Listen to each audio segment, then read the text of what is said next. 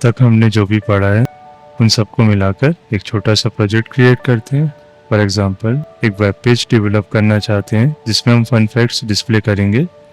तो सबसे पहले उसके लिए हम क्रिएट रूट को इंपोर्ट करेंगे।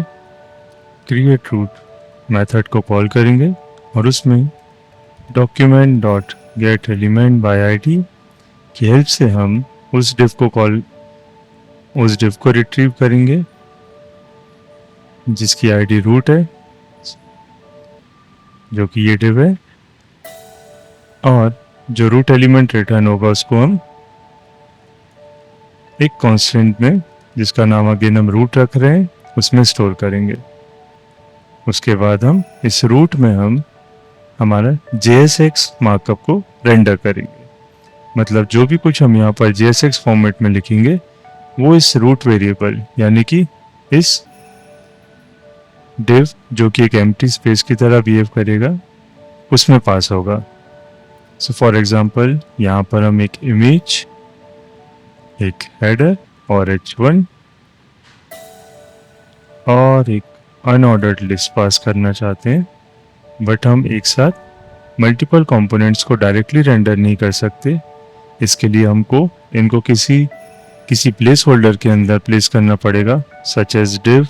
इस केस में हम यूज करेंगे main, which is again another place holder like div, और उसमें हम इमेज h1 और अनऑर्डर्ड लिस्ट को लेंगे। यहाँ पर हमने already React logo dot png download करके सेम डायरेक्टरी लेवल में प्लेस की हुई है। इसको हम इंपोर्ट करेंगे using source React logo dot png। Then header में हम देंगे फन फैक्ट्स और अनऑर्डर्ड लिस्ट में हम पास करेंगे list elements. Let's call it universe fun facts. Already हमने कुछ फन फैक्ट्स निकाल कर रखे हैं। Now let's run our program. यदि अब हम हमारे वेब पेज को देखते हैं तो वो कुछ इस तरह दिखेगा। लेट्स गो टू index.css और यहाँ पर पुराना कंटेंट डिलीट करके लेट्स ऐड बॉडी में पैडिंग रहेगी 20 pixel, font family Arial Helvetica and sans serif, background colour will be #27C और फॉन्ट कलर होगा वाइट। उसके अलावा हमारे हेडर को हम टॉप से कुछ मार्जिन भी देंगे।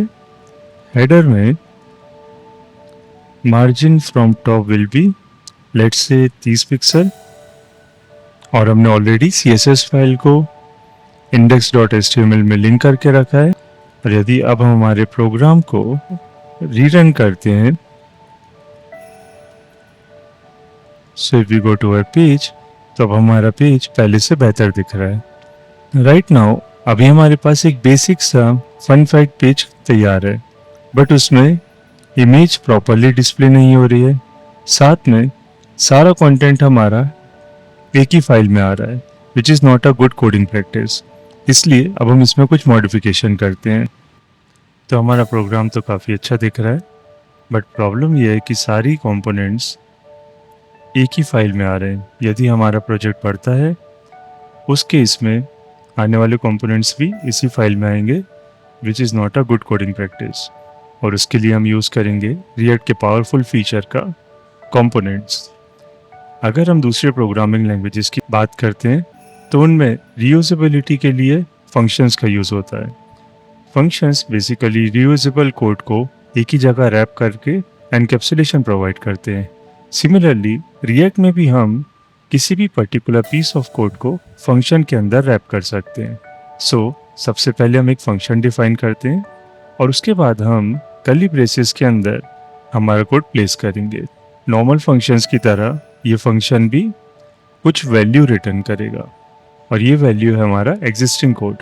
सो हम सिंपली कोड को उठाकर रिटर्न में ब्रैकेट्स के अंदर पेस्ट कर देंगे। साथ में हमको फंक्शन का कुछ नाम प्रोवाइड करना होगा, तो इस केस में हम फंक्शन का नाम रखते हैं fun facts. So this is our function definition. अब इस फंक्शन को हम यूज़ कैसे करेंगे? इनिशियली पेरेंट एलिमेंट और चाइल्ड एलिमेंट्स को रूट डॉट रेंडर के थ्रू रेंडर कर रहे थे, तो अब हम हमारे एग्जिस्टिंग कोड को हमारे फंक्शन से रिप्लेस कर देंगे, जैसे कि हम दूसरी प्रोग्रामिंग लैंग्वेजेस में फंक्शन को कॉल करते हैं। और उसके बाद यदि हम फिर से हमारे प्रोग्राम को रन करते हैं और वापस हमारे वेब पेज में जाते हैं, तो सारी चीज़ें एग्जैक्टली वैसे ही दिखेगी। बट यहाँ पर कुछ चीज़ें मिसिंग है। सबसे पहले तो रिएक्ट में कभी भी हम फंक्शन का नाम देते समय कैमल केस का यूज़ नहीं करते। इनफैक्ट हम पास्कल नेमिंग कन्वेंशन का यूज़ करते हैं, जिसका मतलब है कि हमारा पहला लेटर हमेशा कैपिटलाइज होगा। और सेम चेंज हम फंक्शन कॉलिंग के समय भी करेंगे। नाउ ये फंक्शन हमको रिएक्ट के एक पावरफुल फीचर का यूज़ करने में हेल्प कर रहा है, विच इज़ रिएक्ट इज़ कॉम्पोजेबल। मतलब ये फंक्शन एक कंपोनेंट की तरह बिहेव कर रहा है, और रिएक्ट में हम कंपोनेंट को कभी भी इस तरह से कॉल नहीं करते हैं। इनफैक्ट हम किसी भी कंपोनेंट को ट्रायंगल ब्रैकेट्स के अंदर कॉल करेंगे। जैसे ही हम ये लाइन लिखेंगे, वैसे ही हमारा फंक्शन एक कंपोनेंट की तरह रूट डॉट रेंडर मेथड के थ्रू इस div एलिमेंट के अंदर पास हो जाएगा। और यदि हम फिर से हमारे पेज को रिफ्रेश करते हैं, तो सारी चीज़ें अनचेंज रहेंगी। Let's make a small change to our image element as well. यहाँ पर अगर इमेज डिस्प्ले नहीं होती है, तो हम ऑल्ट एट्रीब्यूट के थ्रू रिएक्ट लोगो डिस्प्ले करेंगे, और हमारे लोगो की विड्थ हम 40 पिक्सल देंगे। सो अब हमको पता है कि रिएक्ट में हम कैसे कंपोनेंट्स क्रिएट कर सकते हैं और कैसे उनको हम प्रोग्राम के अलग अलग पेजेस में यूज़ कर सकते हैं।